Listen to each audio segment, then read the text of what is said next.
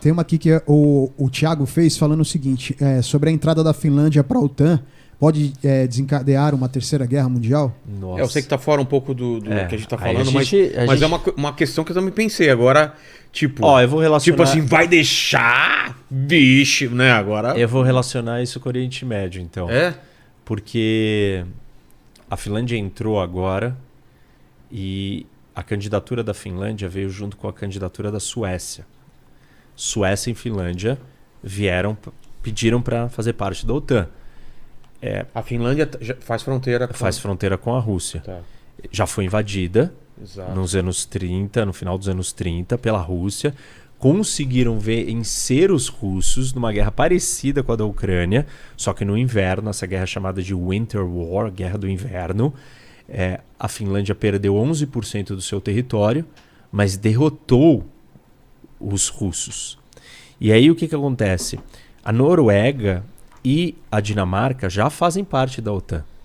Então os escandinavos... Por que é sintomático ou categórico, é importante falar desses países? Porque os escandinavos são os lugares, os países mais pacatos, pacíficos, perfeitos. Talvez o paraíso na Terra, o mundo ideal, o mundo perfeito que todo mundo quer é a Escandinávia. Suécia, Finlândia, Dinamarca e Noruega são os primeiros em tudo. Aí você coloca a Suíça, se junta com aqueles, é onde tudo funciona, tudo dá certo, tudo é incrível. Então, assim, se esses países decidiram que eles querem entrar numa aliança militar da OTAN, do Ocidente, particularmente esses dois, Finlândia e Suécia, que são neutros. A Finlândia, por quê? Já foi invadida, sempre temeu uma retaliação russa. Então ela nunca se aproximou do Ocidente sem muita cautela. Ela entrou na União Europeia, porque a Finlândia faz parte da União Europeia, tem o euro, a moeda comum, mas falou, eu não vou entrar na OTAN, Rússia, fique tranquila, para não provocar os russos com medo. E a Suécia foi neutra, não faz parte da União Europeia, não tem o euro e não fazia parte da OTAN. Falou, eu sou neutro, eu sou Suíça, eu sou Suécia, eu sou neutro, não quero participar dessa briga. Então você imagina se esses dois países, com essas características, decidiram que eles têm que entrar na OTAN. Será que eles estão se sentindo ameaçados ou não? Claro. Óbvio. Então é óbvio que as ações da Rússia provocam as reações e a expansão da OTAN.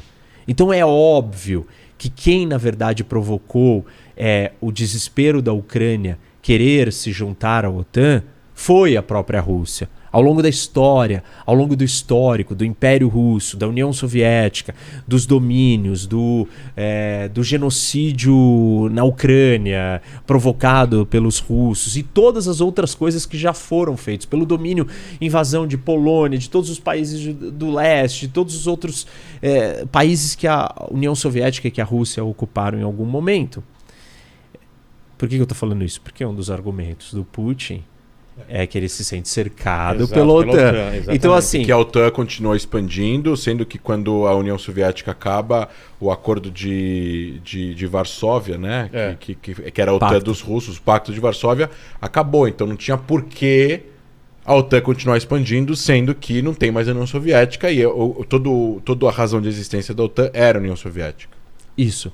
Só que tem assim, um problema nessa história que as pessoas não conhecem ou não entendem isso. Se chama dilema da segurança. Então imagina que eu e você estamos aqui, ou Israel e Gaza, ou Israel e o Egito, ou Israel e a Síria. E aí você começa a se armar. Por que você está se armando? Porque você tem medo de mim. Fala, tem que me precaver, vai que o Reni fica louco, quer me jogar um copo, eu vou me armar aqui, vou construir um grande muro, um escudo, uma bateria antiaérea. Aí eu olho e falo assim, por que o Vilela tá fazendo isso? Coisa estranha.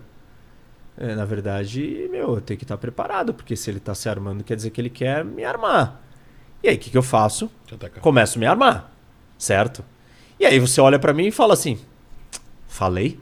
Falei que eu tinha motivo? Esse cara não é confiável, ele tá se armando e eu tô correndo mais risco, eu preciso me armar mais ainda. Isso cria uma corrida armamentista, Porque um percebe o outro como fazendo uma coisa para te ameaçar. Então, a Rússia pode se sentir cercada? É legítima essa sensação dela? É. Mas e o outro lado? E ninguém quer fazer essa pergunta. Aqueles que defendem o ponto de vista da Rússia viram e falam assim, não, mas é porque a Rússia está cercada pela OTAN. Ah, é? E a Ucrânia? E a Geórgia? E a Polônia? Eles se sentem ameaçados pela Rússia? Se sentem. A Rússia se sente ameaçada pela OTAN? Se sente. É legítimo? É. Mas a Polônia e a Ucrânia também se sentem. A Finlândia e a Suécia também se sentem ameaçada. Ou seja, essa é a realidade do mundo anárquico. Não tem polícia do mundo, o que vale é a lei do mais forte. Eu preciso ser mais forte. Eu não consigo ser mais forte sozinho, porque eu sou a Finlândia. Eu vou me juntar com os outros. Eu sou Suécia, sou um país de 6, 7, 8 milhões de pessoas, nanico, contra a Rússia do meu lado, com 130 milhões de pessoas, gigante, com bombas atômicas. O que eu vou fazer? Eu vou me juntar à aliança do outro. E aí o Putin vai falar, agora eu estou mais cercado ainda? OTAN está me provocando? Peraí, isso é um dilema. Se chama dilema da segurança nas relações internacionais. É um fenômeno que provoca e leva os países ao confronto. Por quê? Porque nós vivemos num ambiente de anarquia, de salve-se quem puder, e o mais forte é que sobrevive. Então todo mundo tenta ser o mais forte. Só que quando você tenta ser o mais forte, eu me sinto ameaçado, e aí eu quero agir antes que você fique muito forte. E aí eu vou provavelmente tentar te invadir. Isso acontece, por exemplo, No Oriente Médio. a realidade de Israel, não do Oriente Médio, mas de Israel, isso não acontece dessa forma exatamente. Porque Israel se armando muito não necessariamente assusta a Síria. Porque a Síria sabe que Israel, mesmo com muitas armas, não vai atacar a Síria sem motivo. Não vai atacar, não vai conquistar. Não é a quantidade de arma, mas é a ação de Israel. Israel, por exemplo, não responder a um ataque Não tem um histórico de resposta pode parecer fraqueza. Entendeu? Entendi. E aí, assim, porque isso que eu estou descrevendo aqui é baseado em percepção. A Rússia se sente cercada.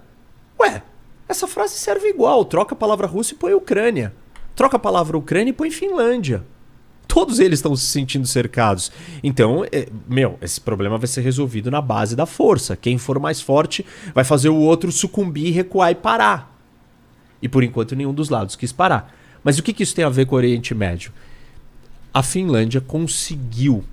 Finlândia e Suécia vieram juntas para se tornar membros da OTAN. Para você virar um membro da OTAN, todos os outros países membros têm que aprovar a sua entrada. E aí a Turquia virou e falou assim, eu não aprovo. Aí todo mundo, como assim, Turquia? Por quê? Não, eu não aprovo, não aceito que a OTAN se expanda. Turquia se posicionando próximo da Rússia. Exato. E a Turquia faz parte da OTAN. Então como é que alguém que faz parte da OTAN pode ser aliado da Rússia ou querer ajudar a Rússia? E esse é um pouco das confusões que estão acontecendo no Oriente Médio. Tem várias dessas. Não é só com a Turquia. Isso acontece com Israel. A gente mencionou um pouco disso quando falou da guerra da Ucrânia. Como Israel tem que se comportar se equilibrando. Até a Turquia se colocaram para ser mediadores, né, na guerra Israel. Também.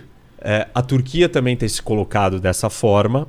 A Arábia Saudita também está se posicionando. Como você vê, então, a posição da Turquia? A Turquia virou... Não quer desagradar ninguém? Não. Ela simplesmente quis ajudar a Rússia.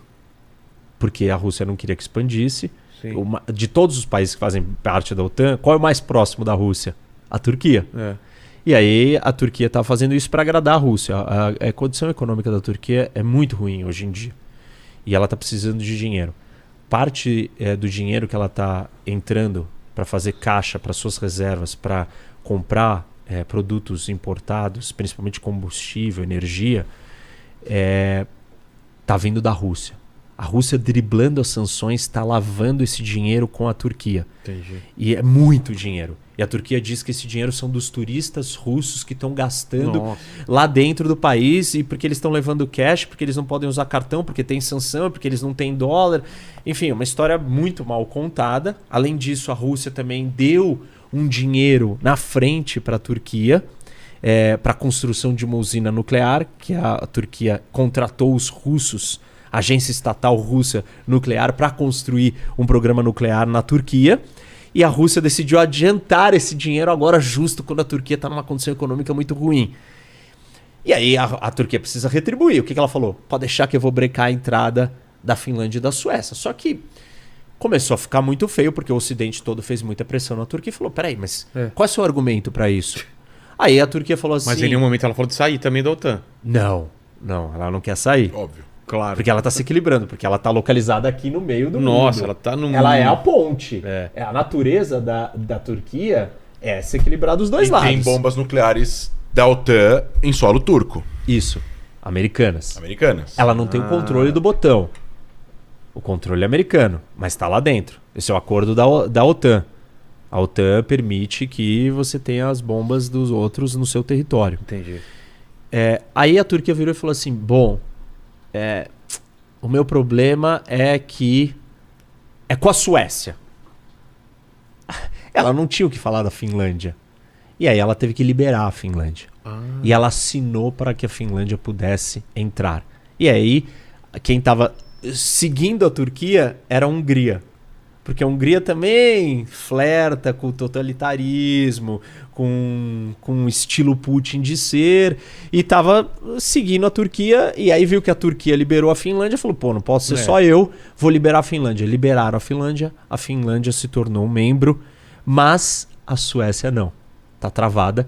E a Turquia disse que não vai liberar a Suécia porque a Suécia dá abrigo, asilo político para curdos. A Turquia tem um problema com os curdos, que é o maior povo do mundo apátrida, que não tem um Estado.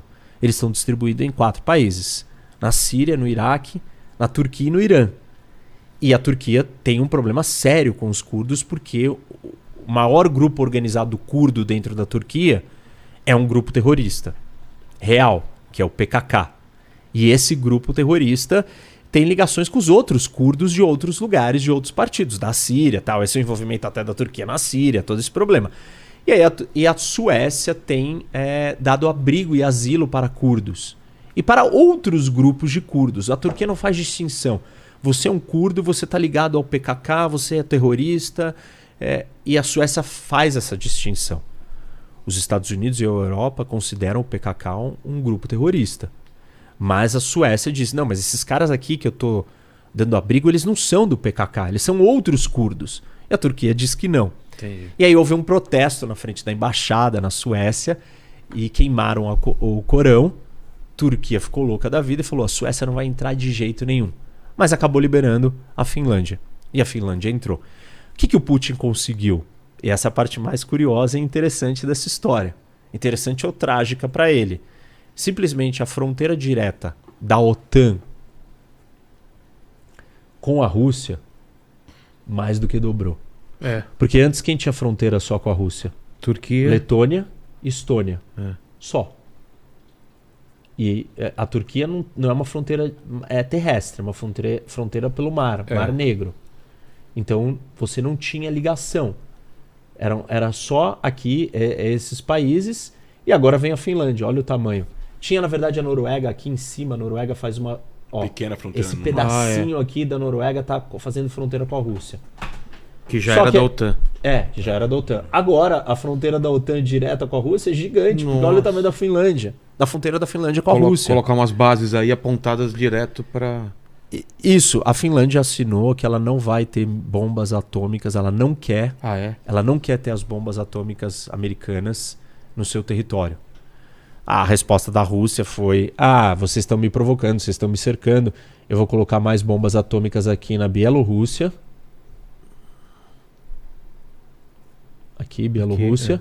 E nesse território aqui, Kaliningrado, que é um pedaço da Rússia no meio da Europa separado, que é um exclave. No limite com a Polônia, hein? Isso. E aí? E aí já tinha bombas atômicas aí, na verdade, já faz tempo que a Rússia colocou bomba atômica aí. Com as sanções econômicas, a Lituânia cortou o acesso, e a Polônia também, por terra. E aí a Rússia tem dificuldade de abastecer esse exclave, esse território separado. Isso tem causado problemas, mas talvez aqui seja um ponto...